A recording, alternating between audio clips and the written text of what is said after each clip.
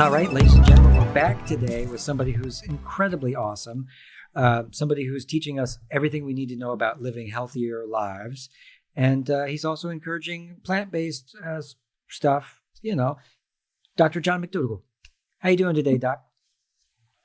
Good to be here. I hope we can be of some influence on your listening audience, and obviously there are people that are interested in what you have to teach, so it should be an easy sell. Well, in this particular case, Dr. McDougall is pushing the plant-based diet, which is really important for people who are into animal rights, and the two intersect. Well, it just so happens not eating animals pretty good for you. Yeah. And tell you, I didn't start out that way. I started out as a medical doctor back about a half a century ago. And all I was interested in was getting my patients well. I was completely oblivious to the animal rights issues and to the environmental issues. But as time went on, your eyes get open and you realize that it's a bigger issue than you ever thought it was. It wasn't just a few patients with diabetes or heart trouble. It extends to all the animals on Earth and to everything on Earth. So I still do my medicine part. That's how I make my income, my living. But my passion is now to do what I can to help the environment, which, they all three work together. Yeah. It's all the same problem, all the same solution. And in fact, I'll give you a website that my foundation developed, which I think some of your listeners will find very interesting. It's about diet and climate. And the website is McDougallFoundation.org. So it's McDougal Foundation.org. And there you'll see my efforts to try and get people to change to what you call a vegan diet. I'm going to share with you some other terminology I used to call it, but it's a vegan diet. Essentially. But sometimes we don't use the V word because it scares people. Yeah, it's not a comfortable word. Just like I usually don't, at least when I work in the environment, I don't call it the McDougall diet. What I call it is a traditional diet. It's the diet that 99.999% of the people who ever walk this earth have consumed. It's a starch-based diet. People have eaten that way for a million years, more than a million years, except for the extremes of the environment. Otherwise, this has been the diet of people, and I'll give you some examples.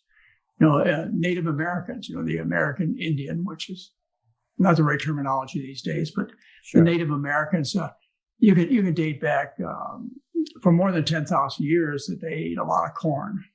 And 12,000 years ago, you can date them as eating potatoes. They're big potato eaters. And the Mayans and the Aztecs, which had civilizations, very functional civilizations, for 1,300 years are known as the people of the corn. They basically lived on corn. And if you go a little further south to the Andes, to South America, you find people, again, who lived on potatoes. These were the Incas. They ate potatoes. They had like 400 or 600 different species of potatoes that they ate from, except when they went to battle and then they switched to quinoa. Closer to where you live, we have the bread basket of the world. It's not called the pork chop basket of the world. It's called the bread basket of the world. And that's Egypt, Iran, Ukraine. I'm not too off as far as my geography is concerned. You go a little further east, and you are looking at populations of Asians, Chinese, Japanese, Thai, Vietnamese, and their diet was a diet of rice. So if you take a broad look at what we're doing here, is we're going back to the traditional diet of people. Essentially every population of people that was successful, large population of successful people, had a starch or several starches as their main fuel. And so, I sometimes refer to the diet I recommend as a starch-based diet, but it's really a vegan diet. I call it a starch-based diet, but it's really the McDougall diet because I'm pretty much the only one out here promoting starch. But I also like to call it the traditional diet of human beings. And most people can relate back. If you go far enough back in Western Europe, you'll find that starches were the foods of people. There were barley and wheat and potatoes as of the 1700s. So, until people became rich, they lived on a diet of starches, vegetables, and fruits, and rarely ate animal foods because they just weren't accessible.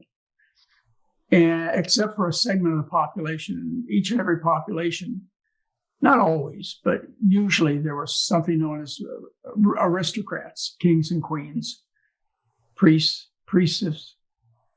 And these are the people who had all the money. And so they would take the starchy foods that, say, the people who were building the pyramids were eating, or they would take,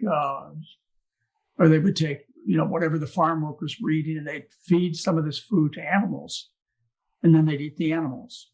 Mm-hmm. And these are the aristocrats. And back if you trace back hundreds of thousands of years, I'm certain you can go back over 100,000 years.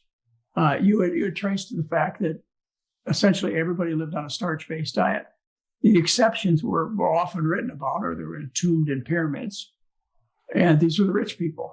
And they were the ones that were fat and sick. I mean, they wrote their pictures on pyramid walls and paintings and so on.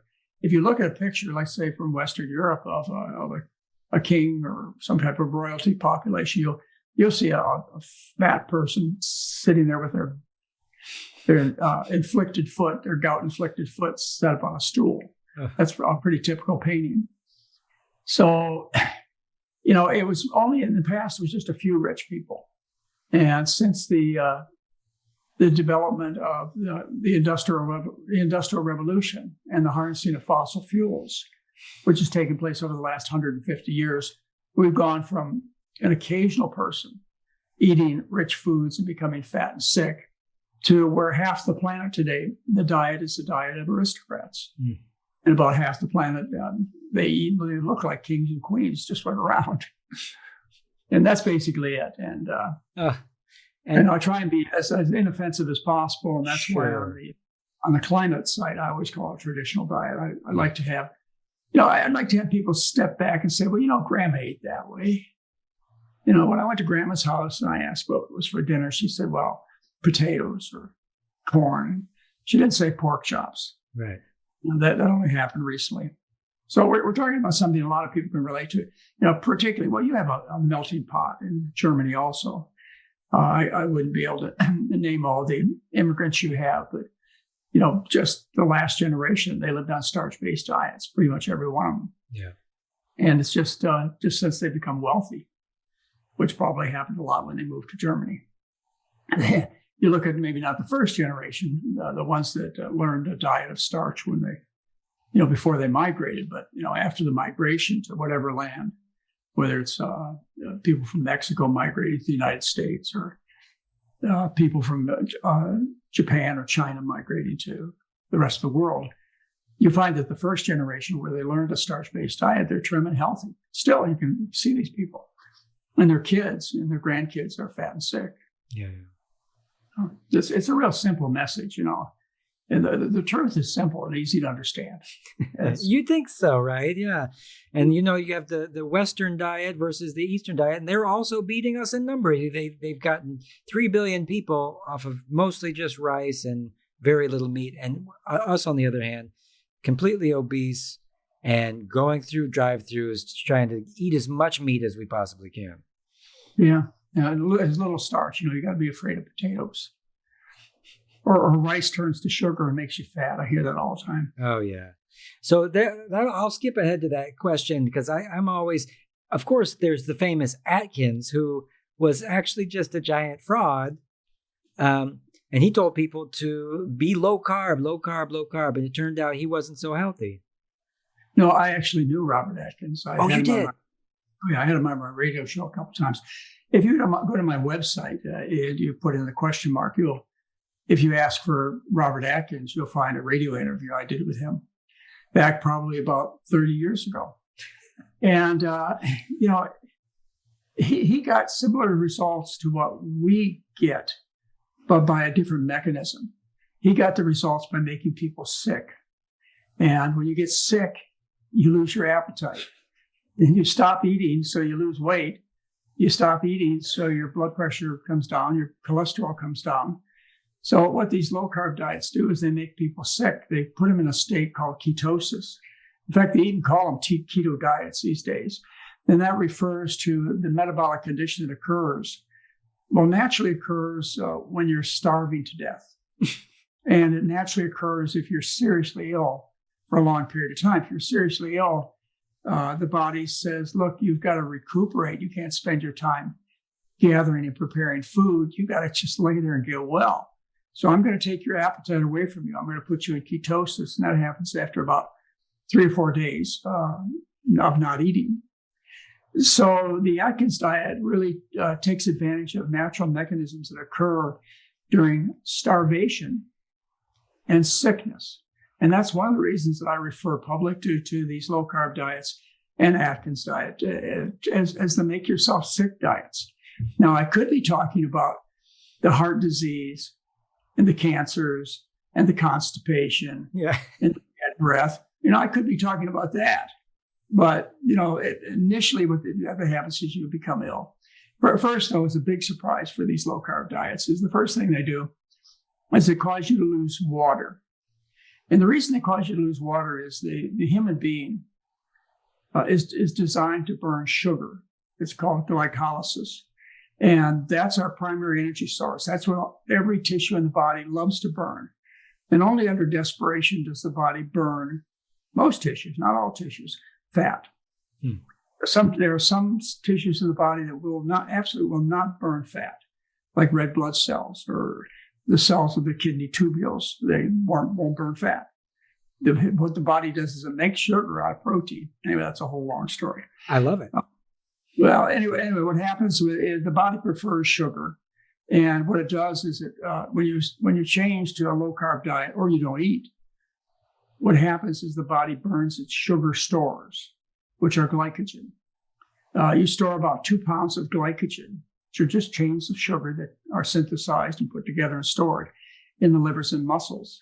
You store about 2 pounds of glycogen. So when you stop eating or you go on a low-carb diet, the body first resorts to burning the stored glucose.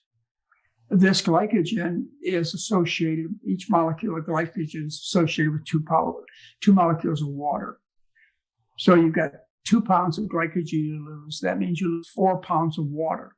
So the first, 5, 6, 7 days, you lose 6, 8, 10 pounds of water. And then ketosis sets in and you're so sick you can't eat.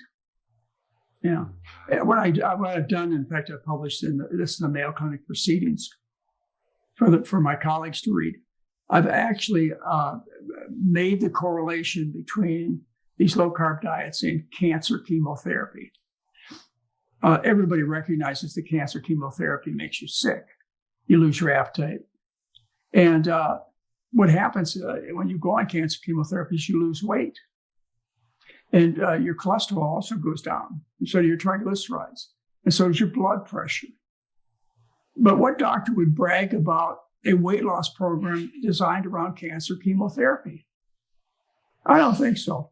But they do something just as bad, and that is they recommend a diet based around animal foods primarily, which are no carbohydrate, low carbohydrate foods.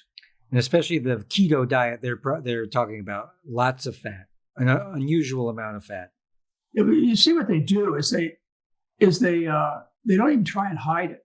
They don't think the public will ask what keto means. If the public stop and ask what keto means, well, that means you go into ketosis. Well, when do you go into ketosis? When you're starving to death or you're ill, very ill, then you go into ketosis. So they could call this the starving to death diet, which in a sense it is. Your cells starve. Or they could call it the make yourself sick diet. I call it the make yourself sick diet. Sounds like a wonderful experience. Well, people are desperate. They're so desperate that they'll wire their teeth together. They'll have their intestines rearranged with bariatric surgery. Yeah. They take any drug that would cause them to lose weight. In fact, there's a new diabetic drug that causes weight loss, and it's the rage. It works. It makes you sick. So this is just masking bigger symptoms of just bad dieting. And when these people they go on keto and then they lose some weight, they're basically starving to death. But in their keto diet, they say no sugar. And when they stop eating the sugar, they start starving to death. And you can't be in ketosis if you eat sugar. Interesting. That's the problem. You have to get rid of all the sugar, all the complex sugars, because the body burns sugar first. It stores fat. So you can't be in ketosis. You won't have lost your appetite unless you get all the sugar out of the diet. So a little bit of sugar ruins the diet. Interesting. It's probably the only thing healthy in the diet. No.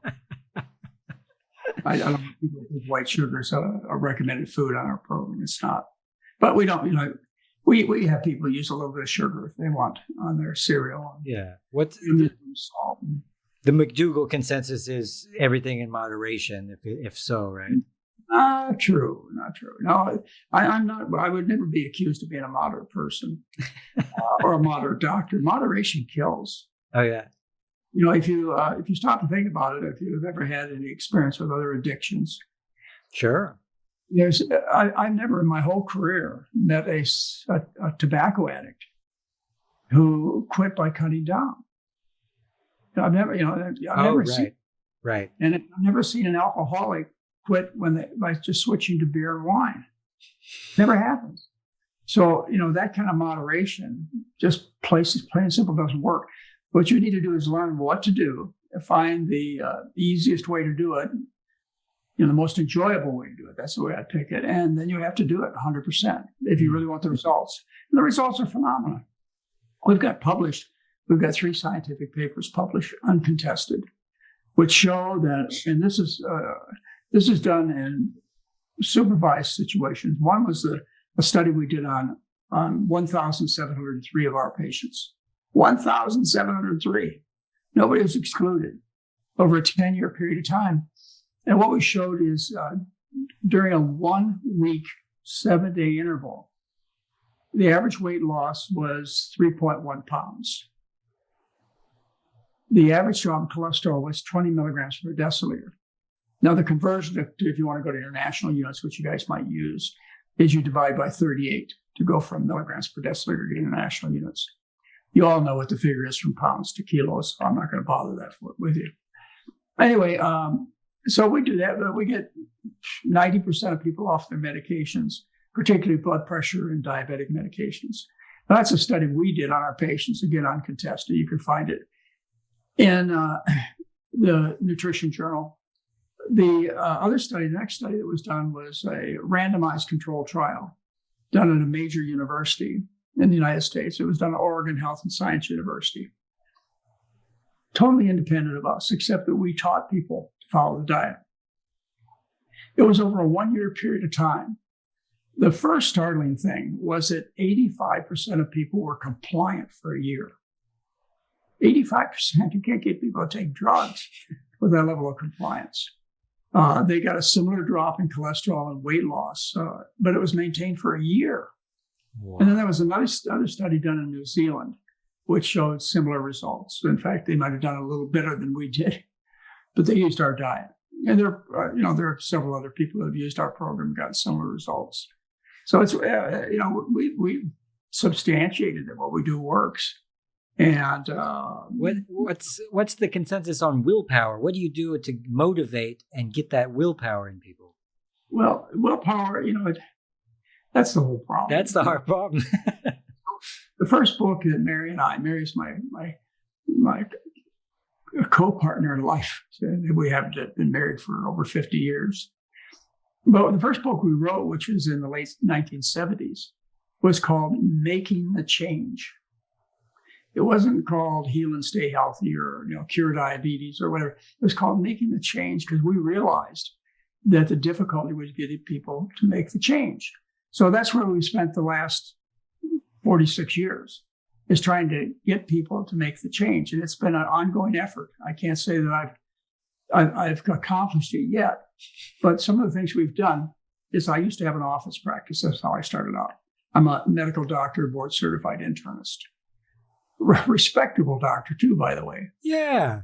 Yeah, so we started out with a office practice, and that went on for maybe about 7 or 8 years. Then I was invited by one of the most respected hospitals in the United States, certainly one of the most respected hospitals in California. It's a Seventh-day Adventist-based hospital. They invited me to run a live-in program. And we ran the 12-day McDougall Program at St. Helena Hospital in Napa Valley, California. I ran that for 16 years. That was a pretty good way to help people, to lock them up and make them do it. And then I left the hospital setting because I couldn't take it anymore for a whole bunch of reasons. We could spend 2 hours talking about why I had to leave. A little grim. It's a grim place to be. Well, you're around sick people who always think in terms of illness. And, people, when they come to the hospital, they would think, why would I go to a hospital to get well? It just didn't make sense to my customers. And so, anyway, we left there and we set up the program at a resort in Santa Rosa, California. And there we ran it for 18 years. I've taken care of over 6,000 people in a live-in situation. I've taken care of another 6,000 people in other situations. But in other words, I basically lived with 6,000 people and saw exactly how they did and was able to guide them. And then our last effort, which is our best effort we've ever done, came about because of COVID-19. We basically had closed everything down, which happened around the world. And so we were out of business. Mm. And we decided to do something I always dreamed about, and that was to run a telemedicine program. So we have people from Germany and other parts of Europe and China and all over the world spend 12 days with us at this telemedicine program run over the internet. We get better results. People have better compliance, enjoy the program more with this kind of program. And I'll tell you why. Well, if you came to the hospital or the resort after a learning experience of 10 to 12 days, you had to go home. And plus, when you're at the hospital or the resort, somebody else cooked for you. Wow. In this situation, we go into your home and we help you with your meals for the day. And we have 3 support specialists that spend all day long, in your kitchen, if that's what's necessary. And the same thing with your medical care that's given in your own home. And every day, somebody checks and sees what your blood pressure is, your blood sugar, because, our goal is to get people off medications. Sick people take medication. Healthy people don't. And so the goal is to get people rid of their diseases, which is what we do. And, we're able to do that, and we're able to get them to stay rid of their diseases in a home situation better than we've ever done any other way. Plus, we made it really inexpensive compared to the live-in programs. The live-in programs were about $10,000. Sure. When you added the transportation and everything, the program right now is less than $3,000. Oh, there you go. So, anyway, that's what I do now. But I can't say that I've accomplished, getting everybody to change. That's not happened. All you can do is try. We'll keep doing it. Mary and I have written 13 national best-selling books. Some of our books are in German. We've done lectures all over the world. I had a radio show that was the most popular radio show on the West Coast for about 5 years. And I used to get 2,000 phone calls a night. I was rated between number 1 and number 7 in Los Angeles, San Diego, San Francisco, all up and down the West Coast. Well, you're really lucky because you got the greatest radio voice, and you've got very silky smooth. When I watch you on YouTube all the time, and it's just very pleasant. Well, that's what we do now. We do the YouTube.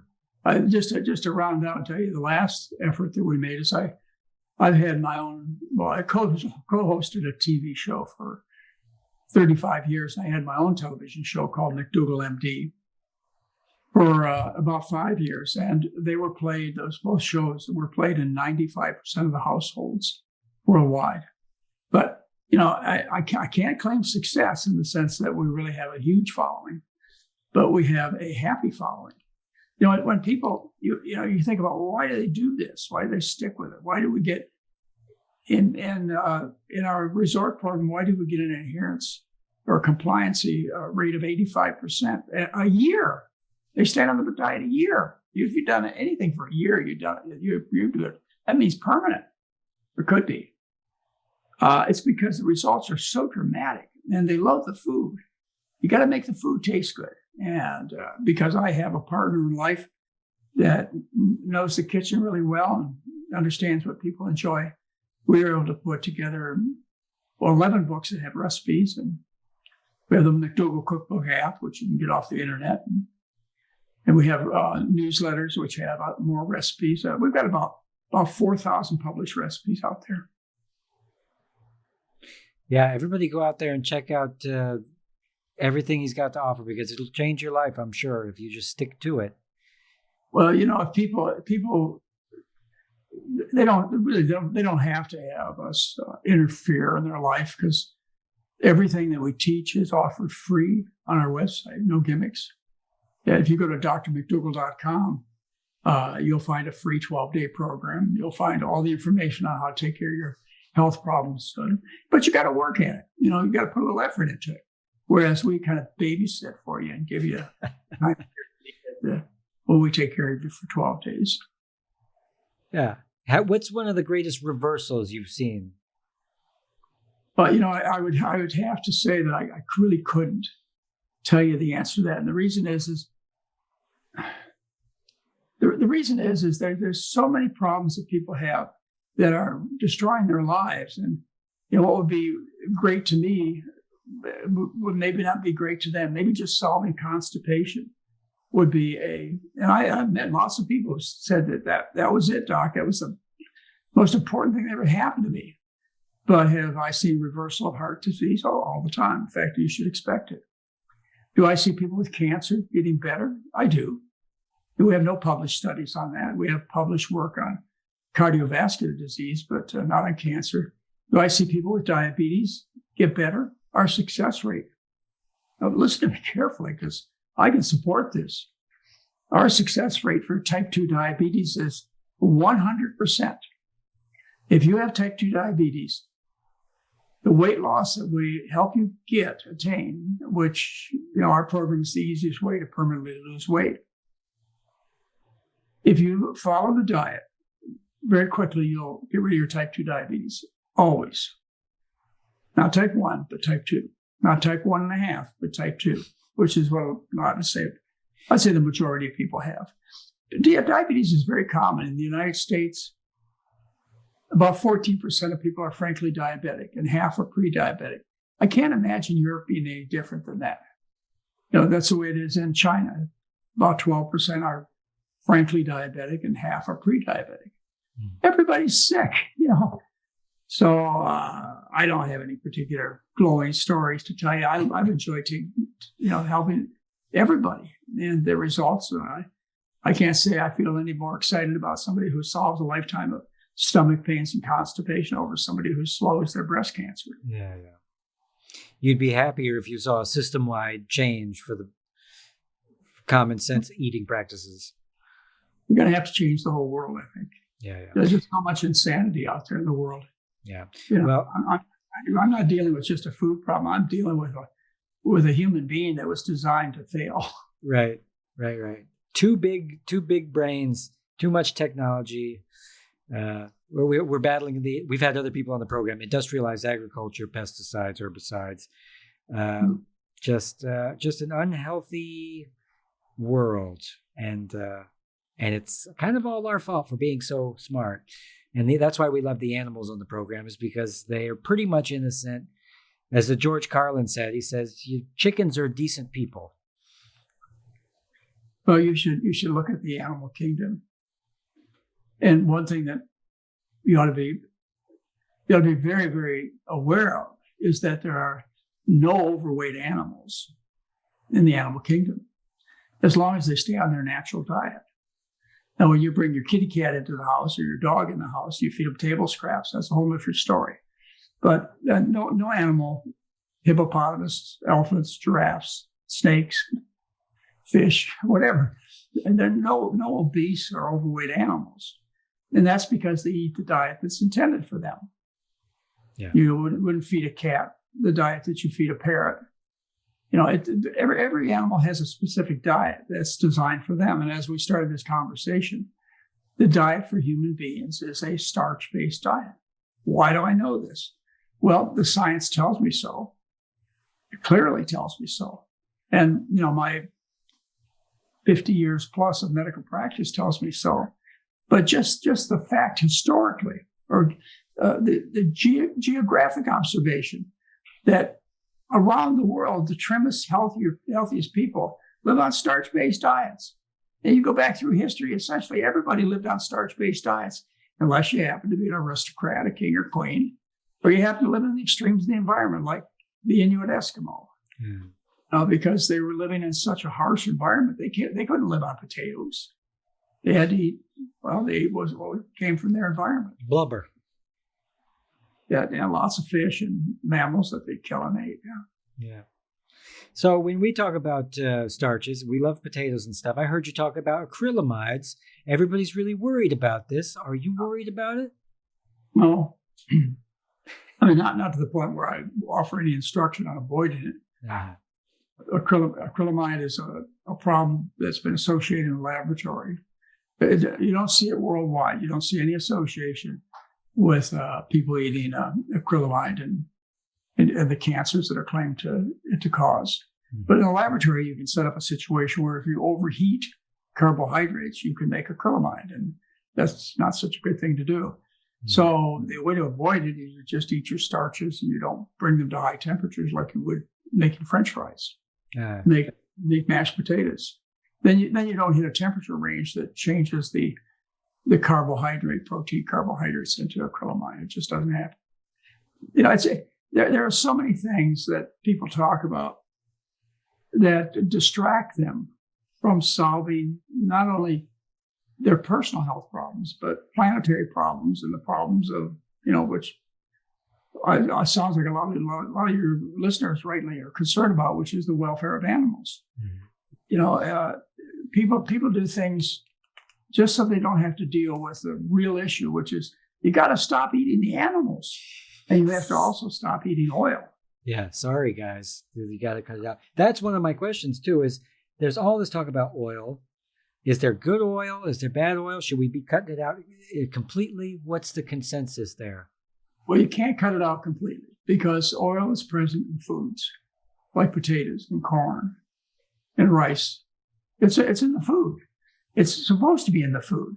The kind of oils that are in the food are the kind that support excellent health. Mm-hmm. And as long as they're mixed up in the food, with proteins and vitamins and minerals and carbohydrates, then they're perfectly safe and they're healing. They're wonderful. But you take and strip them out of the food, and you leave all the protein, vitamins, phytochemicals, et cetera, behind. Now you're dealing with an isolated, concentrated nutrient that's toxic in terms of corn oil or flaxseed oil, or I don't care what health food oil you name. It's an oil. It's unnatural. Yeah. Concentrated. Isolated, concentrated nutrient. That's what you do when you make vitamin pills, which is another thing that kills people. Is when you make these supplements, they're made with the idea that maybe beta carotene is good for you when it's in a carrot, but when they strip the beta carotene out of a carrot, you increase the risk of lung cancer. That's wow, because you change the food. Wow. So you don't want to. You want to get your vitamins. Of course, they're called vitamins for a reason. They're vital. Hmm. And you want to get your minerals, but you don't want to get them in pills. You want to get them in plants. Mm-hmm. That's the only container that you can feel is safe. Why is it safe? Because its time of development has been at least 400 million years. Yeah. That's been tried and tested. Nature's been working on it for a long time. So another thing that people get worried about as far as not eating animals and stuff, they say, my protein. What am I going to do about my protein? We just did a series. I'm doing a series, which again, any of your audience that wanted to can sign up. I'll do it again. But we have to hear that you have an interest. Last Saturday, I did a 4-hour half-day presentation on protein. And I showed people that it's impossible to develop protein deficiency. You don't have it in Western Europe. There's not a single person you know that has protein deficiency. It just doesn't exist. But it is something unique with animal foods. And marketing has to do with unique positioning. You take something unique about your product and you advertise it to death. In this case, to the death of your customer. So, you should be, as long as you're working with natural foods, you should be trying to get as little protein as you can in your diet. Because of this, let me just kind of run some numbers quickly by you. I know because, I know what the science says. I know that you need a certain amount of protein every day to replace like your hair and some of your skin and your secretions and excretions and so on. You need a certain amount of protein to do this, and maybe need a little protein for repairs. The amount of protein you need for to replace this stuff that gets worn off every day, the hair, the skin, et cetera, is about 12 calories of protein, which is it's about 0.1% or less. If you include every possibility, pregnancy, burns, auto accidents, every possibility, what I say is you need, what the science says is 5% of your calories is protein. Okay, that's what you need. Okay. Anything more than that, you have to deal with. So let's say a couple of examples. Beef is 30% protein. Turkey is 70% protein. All right. So you eat your food and you take 5% of the calories as protein and you use it. But with beef, you've got 25% of the diet that's protein that you're not using. With turkey, you've got, 70% of it or 65% of the diet of calories of protein you're not using. Well, what do you do with these extra protein calories? What do you do with them? Do you store them? If you store them, wouldn't you store them in the muscles where all the protein is? Do all your friends or people walking down the street look like bodybuilders? Of course not. No. What you do with the extra protein is you eliminate it from the body, and that takes a lot of work. It overworks the kidneys and overworks the liver. It does terrible damage. And some of that damage involves the creation of weak bones or osteoporosis. So, it's a complete myth. Some of the most successful populations still alive on this planet eat a diet that's somewhere between 3 and 6% of their calories is protein. The American diet's maybe 16%, 20%. The Atkins diet could be 30 to 50%. The paleo diet's could be as high as 35%. So I'll name two very successful populations of people. These people, they fight battles. They participate in athletic events. They have babies. They live a normal lifespan. They do all this on a diet that's somewhere between 3 and 6% of the calories is protein. One example is the people in the highlands of Papua New Guinea. Their diet consists of sweet potatoes, and sweet potatoes are about 3 to 6% of the calories is protein. The other example comes from Africa. The rural Africans, like 800 million people, I think, last time I counted, lived on cassava, which is declared as protein deficient. But again, they have babies, they fight battles, they're athletic, and only 3 to 10% of the calories come from protein. Some of the healthiest people on the planet eat the least protein. And yet, in Western countries, what the sales pitch is protein. As long as you get your protein, as long as you buy my high protein product, you're going to be okay. But it's the opposite. Wow. That's incredible. And then I read something about what it does to the brain. It makes it foggy or something like this. It's just not good for the brain either. That's a test done on the Atkins diet. Yeah. Oh, really? Okay. Yeah, that was done when Robert Atkins was still alive and well before he died of heart disease. I don't mean to make fun of him because you knew him, but still, I mean, come on.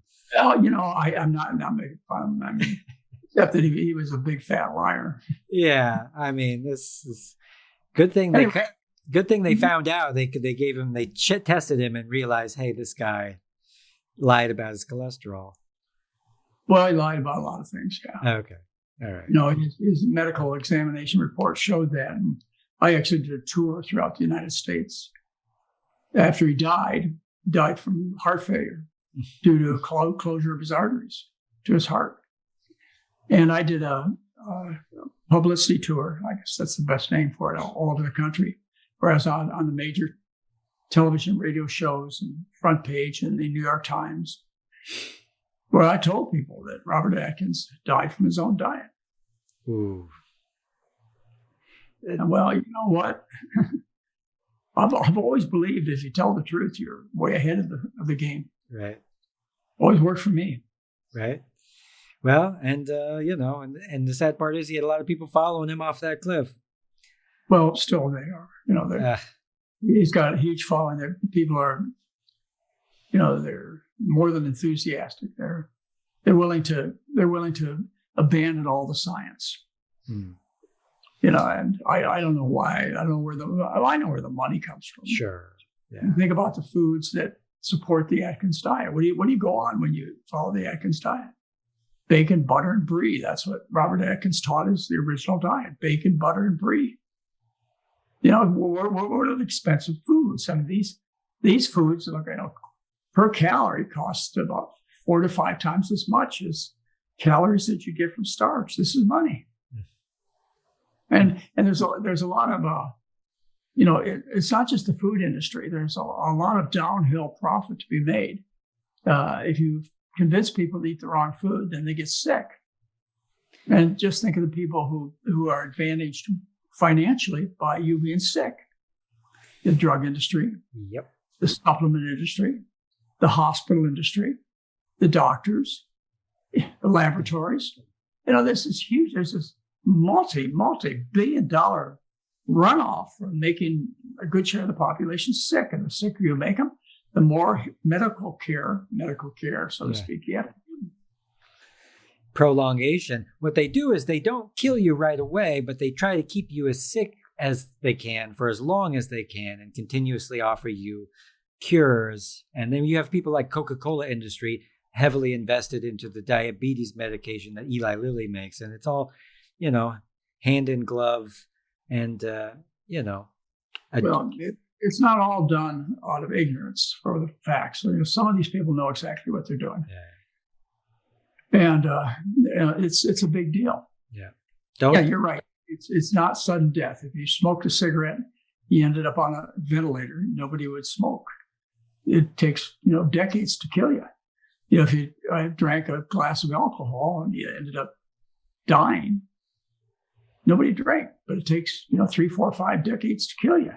Same thing with the hamburgers and the milk and the cheese and fish. And you eat these things, it's slow death. And, people think, oh, I know what the statistics are, but I bet I beat it. It's human nature. Well, I'm 75 years old. I've learned a lot about people in my 75. I bet. Yeah. Well, and some people go to the very end and they say, well, I don't care. And I just want, but really they say, well, I'm going to smoke until I'm old because it takes 10 years off your life. But those are the bad ones at the end anyway. But it's like, in the meantime, you're living a miserable life every day. Yeah. Well, I can tell you folks, the last few years are not bad, or they don't have to. Yeah. I'm having a great. Just like you mentioned, one of the most fun times I have every week, and I think this is how you probably found out about me, is we do a YouTube live channel presentation every Sunday night, 5 p.m. Pacific time, where Mary and I and our daughter Heather just get together in a very casual way and we talk about these problems. And it's a way for people to get to know who we are and decide whether or not they want to get tangled up with us. And it gives people a chance to run what I say past their doctors. I invite people to bring their physicians along if they disagree with me or even if agree with me. And we can talk about it in public. So far, I haven't had anybody take me up on it, but I'm there. As long as you're not nasty. Right. There's a lot of nasty people out there. Sure. I'll be able to talk to you. Yeah. Now, you have yet to be duking it out in the streets with another physician. Doesn't happen very often. I think for a couple of reasons. One is I believe I'm right. The other is I'm well prepared. Yeah. Now, I've spent my whole life trying to be the best doctor I can be for my patients. And so far, I'm real happy. I consider myself and I call myself the luckiest doctor in the world because my patients get well. They don't just get managed. What happens to your people in Europe is just like in the United States, is they get managed. Even the drug company ads talk about how you manage your patients. Managing means you change from one brand of pill to the next. We don't manage people. We get people off their pills. I told you we get nearly 90% of people off their medications or to reduce or off them. Most of the time they get off them completely. Almost, really is. I'd have to say 80% of the time we get them off. And the other 10% we just able to reduce their medicines. But this is a medical supervised program. We have board certified doctors who are taking care of these people. And I'll tell you, the doctors who work for me, they love it because they finally get to practice the way that they thought a doctor would practice, and that is helping people get well instead of just giving them a bunch of excuses and a whole bunch of drugs. Yeah. So, it's a nice way. I mean, as I say, our staff is really happy because of, people get well. I'm really happy because people get well. That's why I became a doctor, to help people. Is there? And I know others too. I mean, I would say most of them, but they get into this situation where they find out the tools don't work. The heart surgery for chronic coronary artery disease, no study shows it does anything, but no, it does not save lives. Okay. I'll go study to study toe to toe with anybody who wants to say different, but heart surgery for chronic coronary artery disease, which is over 90% of the patients who go for surgery, has never been shown to save lives. So how do you feel? You got, this wonderful patient. They come to see you and they would like to live longer and better. And you offer them open heart surgery, which causes them to have brain damage most of the time. Or you offer them all kinds of things that just don't work. And it's proved, absolutely proved beyond a doubt, that these treatments don't work. Same thing with diabetics. The diabetics get sicker and die sooner with aggressive treatment. And any well-read doctor knows this. There have been 6 major studies on aggressive treatment of diabetes with drugs. All 6 show that you worsen the patient's situation. You increase the risk of dying and developing heart disease. So how can you feel good about being a doctor when you discover that the tools you were taught hurt people?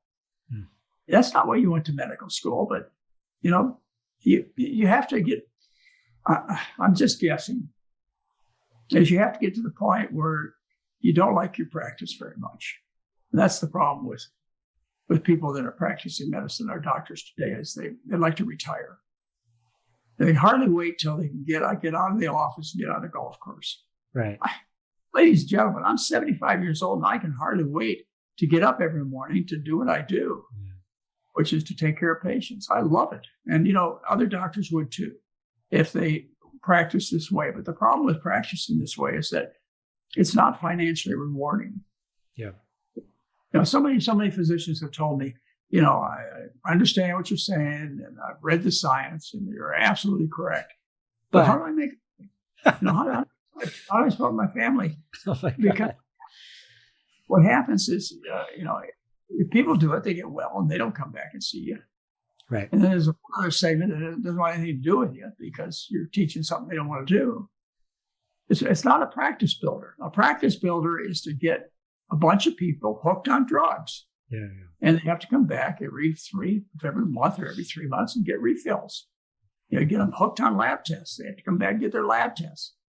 You get them hooked on medical gadgets and potions, and you got them. You build this flock of patients, and you just ding them for money. This is so shameful. Yeah, well, it's the way it is. And so these guys are just waiting for the farmer reps to come in and give them free pens and kickdowns, and they do that. Oh, that's the worst. It's one of the things I missed during most of my practice was the ex-cheerleaders who came in scantily dressed. But sure, I have a beautiful. I did okay. Yeah, no, I've seen your lady. She is wonderful and just a lot of fun. You guys are. Well, I hope we get some of your listeners to join us at 5 o'clock Pacific time. It must be the daytime for you guys. I think I will. 5 o'clock Pacific time every Sunday night. Yeah. Free McDougall YouTube channel, and there are no gimmicks. Go over there and get on his YouTube channel, everybody. Stop messing around. Go over there and see what he's got to say. He answers questions about every known disease, every known everything you need for nutrition. It's a wonderful, wonderful thing Dr. McDougall's doing. drmcdougall.com. He's a low-fat, high-fiber, no processed food. He's a starchivore.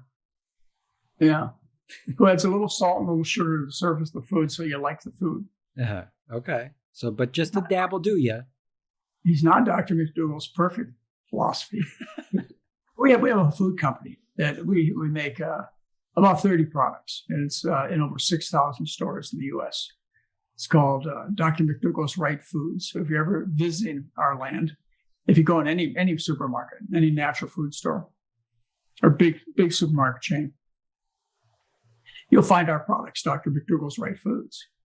And they have a little bit of salt, a little bit of sugar in them. Otherwise, they're vegan, no added oil, and they taste really good. We've been on the market for 20 years. Can you imagine a processed food company on the market for 20 years? We got staying power, I'll tell you. We grow all the time. Well, you're a miracle worker. I don't know how you do it, but everybody try to be good to each other and try to live more healthily, I wanted to ask you one more thing, and then I'll let you go. So obviously plant-based diets, great for the animals, great for the environment, great for the health. What are some of the major nutritional concerns that people have that are either unfounded or founded for real that people should be looking out for when they switch? Well, if there are any. a whole bunch there. Well, first of all, you've got the myth of protein and calcium. There's never been a case of protein or calcium deficiency ever described on any natural diet. I mean, you can design one in a laboratory, but no natural diet has a single case occurred. The idea that you should eat fish to get your omega-3s, your good fats. No fish ever made an omega-3 fat. They got the omega-3 fats from eating algae, seaweed. They just store it. So, go to the plants for that. Then you have all these deadly dietary distractions out there, such as GMO. All right, GMO, sounds like a really scary thing. And we don't support GMO. But I've never met a patient who had a GMO disease ever. And you haven't either. Or the other thing that misleads people is this gluten-free nonsense. Yeah. Not that there aren't certain people who have celiac disease, and they get very sick when they eat wheat, barley, and rye. But it's not 40% of the people that are going to the supermarket, which is what the marketplace holds. They're looking for gluten-free stuff. And I'll tell you why I call these deadly dietary distractions, is because they keep people from looking at the real problem, which is eating the animals.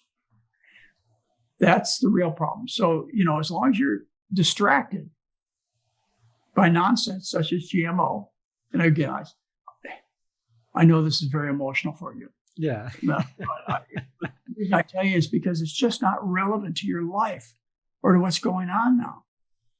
You need to pay attention to what's going on, which threatens your family, which are, the health problems associated with eating like a king and queen, and the planetary problems that occur as a result of eating all these animals.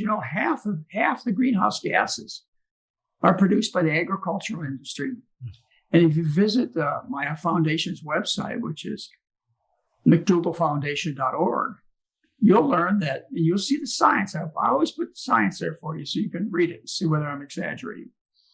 The science shows that if you switch to a vegan diet, you can reduce your production of greenhouse gases by 80% overnight. There you go. And you didn't kill any animals either, which is an important thing. I mean, I know it's really important, but you know what? If we don't get the plant things fixed, the animals aren't going to be around either. That too.